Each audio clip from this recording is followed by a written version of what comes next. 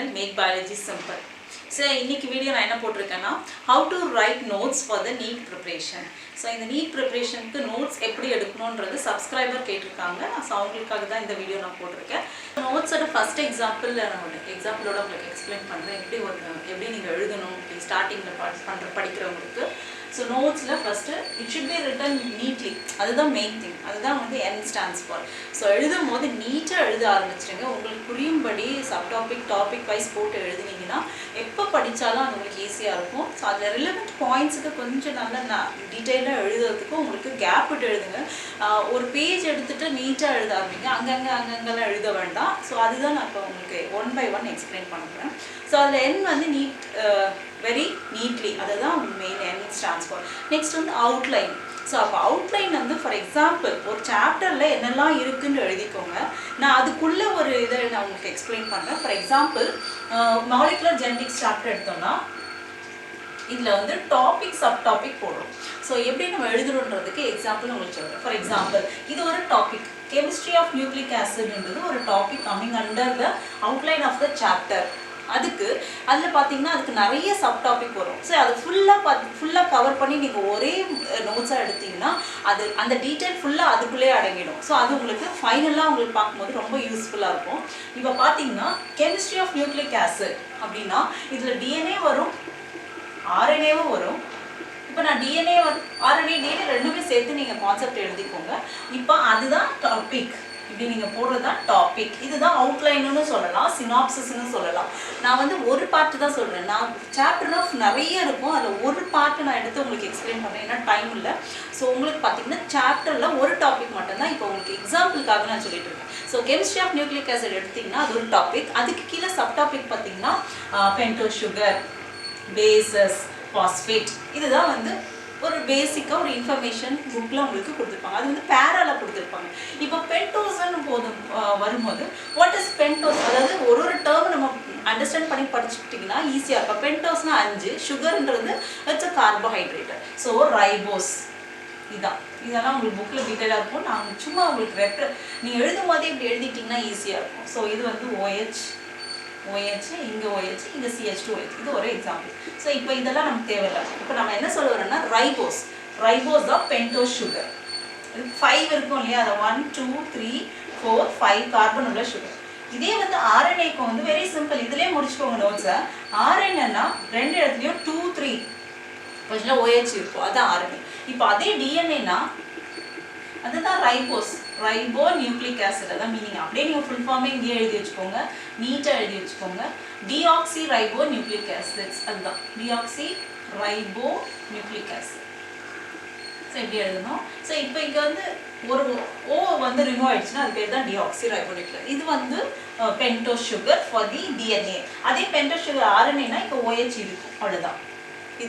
இது வந்து இதே ஒரு கவர் பாயிண்ட் முடிஞ்சிச்சு. Next base.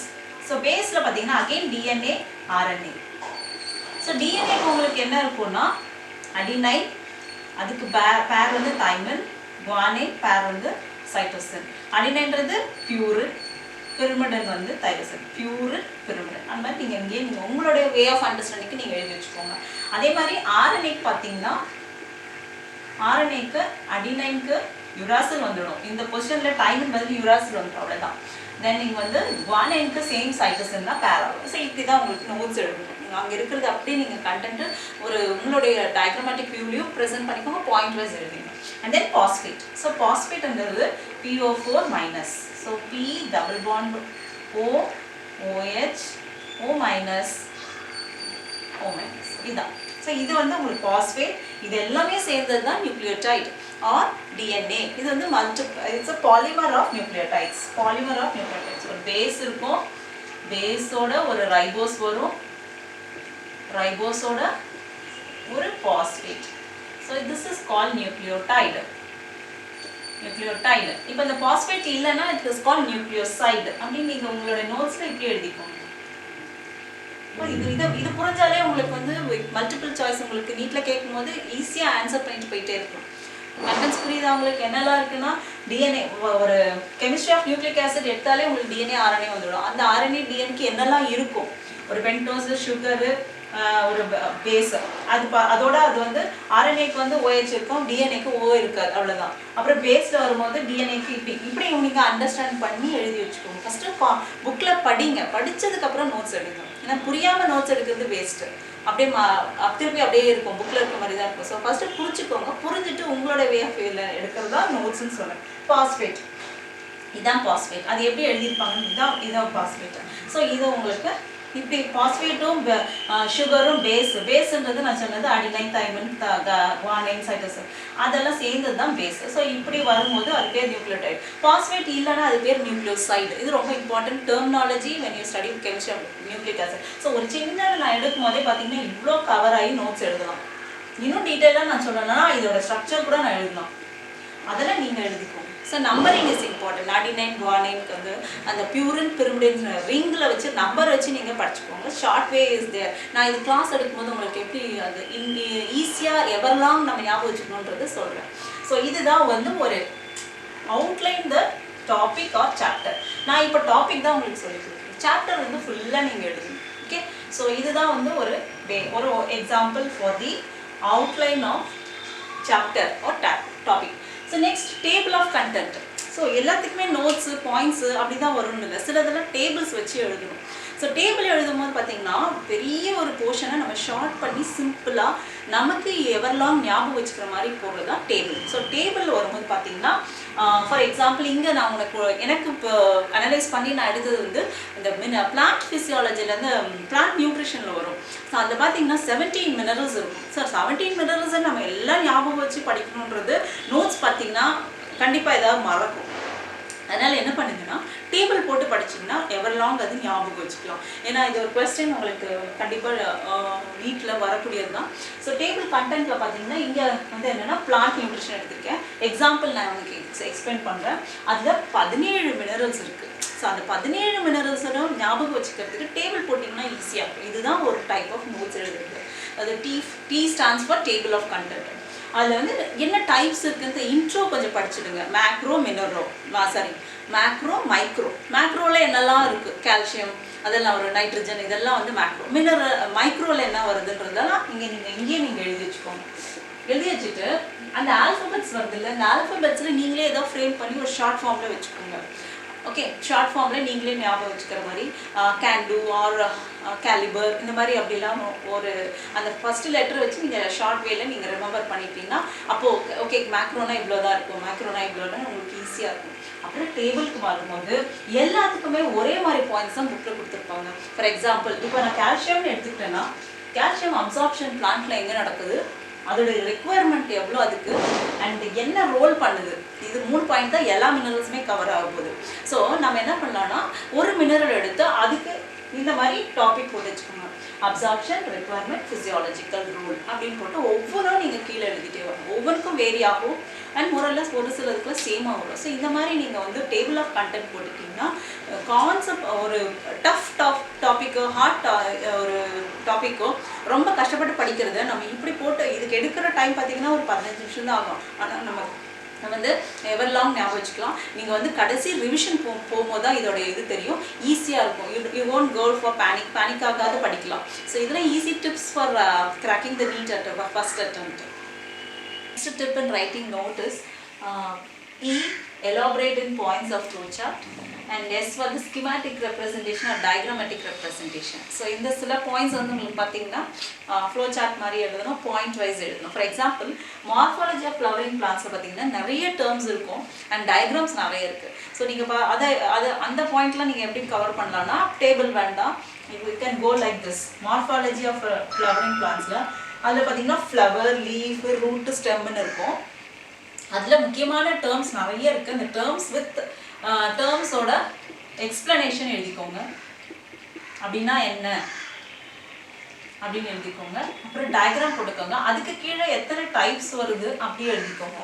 ஸோ இது வந்து உங்களுக்கு ஈஸியாக இருக்கும். ஸோ இப்படி படிச்சிங்கன்னா அவ்வளோ டேர்ம்ஸையும் நம்ம ஒன்றா போட்டுட்டு அதோட எக்ஸ்ப்ளனேஷன் எழுதிட்டு அது கீழே டயக்ராம் குட்டி குட்டியாக போட்டுக்கோங்க, அதோட பார்ட்ஸ் எழுதிக்கோங்க. அண்ட் தென் அதில் டைப்ஸ் என்ன வருதுன்றது ஒரே மாதிரி இருக்கும். பிகாஸ் இதெல்லாம் பார்த்தீங்கன்னா ஒரே மாதிரி தான் வரும்.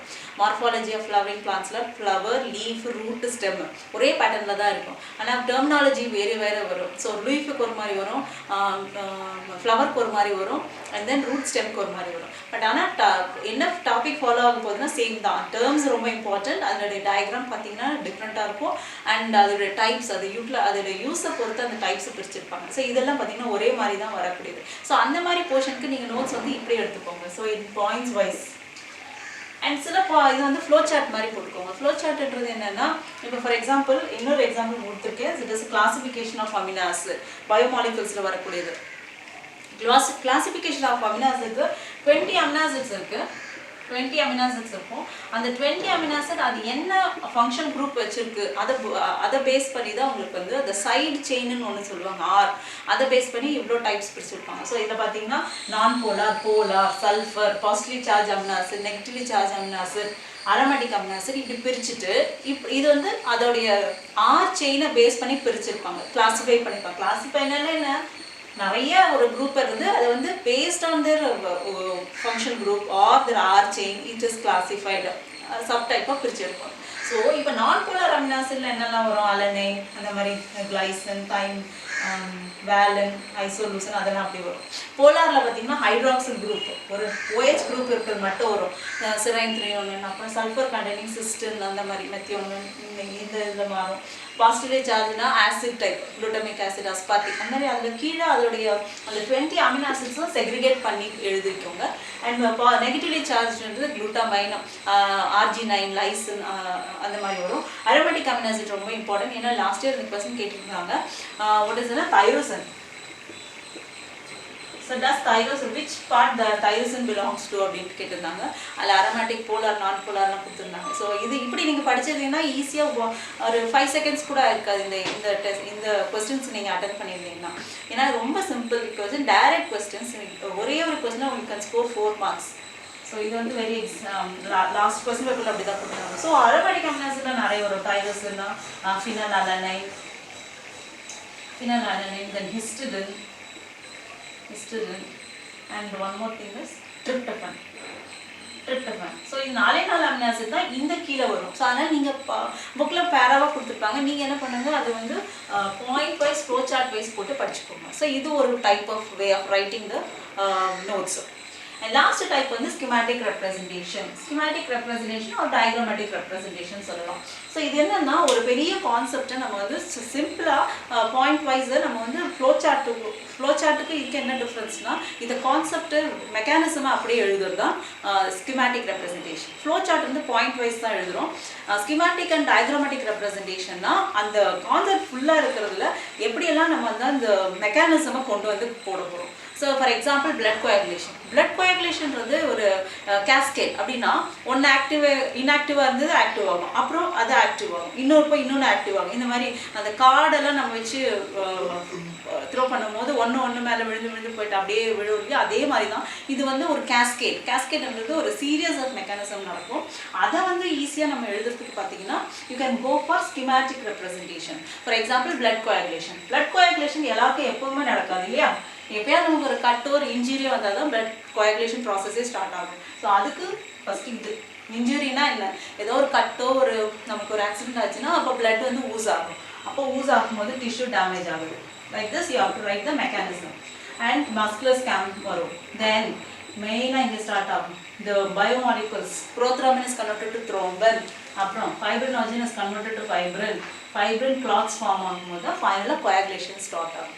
ஸோ இதுதான் வந்து ஒரு பிக் மெக்கானிசம், கேஸ்கேட் லைக் திங்கை வந்து நம்ம ஷார்ட்டாக டயக்ராமேட்டிக்காக போட்டு அதை வந்து எவரெல்லாம் ஞாபகம் வச்சுக்கலாம். இதுலேயே உங்களுக்கு மெக்கானிசம் சைடில் எழுதிக்கோங்க. இங்கே என்ன நடக்கும், இங்கே என்ன நடக்கும், இங்கே என்ன நடக்கும், அவ்வளோதான். இன்ஸ்டெட் ஆஃப் ஸ்டடிங் இன் பேரா you can write it in this schematic representation போடலாம்.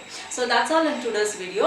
ஒரு notes or neat students prepare பண்றீங்கன்னா it should have this contents. ஒவ்வொரு part of topic O chapter க்கு ஒவ்வொரு விதமா வரும். அதுதான் நான் உங்களுக்கு பிரிச்சு போட்டுருக்கேன். So notesன்றதை ஞாபகம் வச்சுக்கோங்க. It should be written neatly. N for neatly and then O for outline. என்னெல்லாம் அதுல இருக்கோ அத ஒரு outline, that is called synopsis.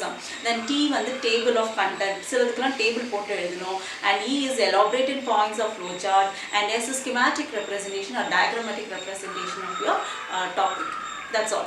So we'll see in a new concept and new ideas in the next video. Thank you.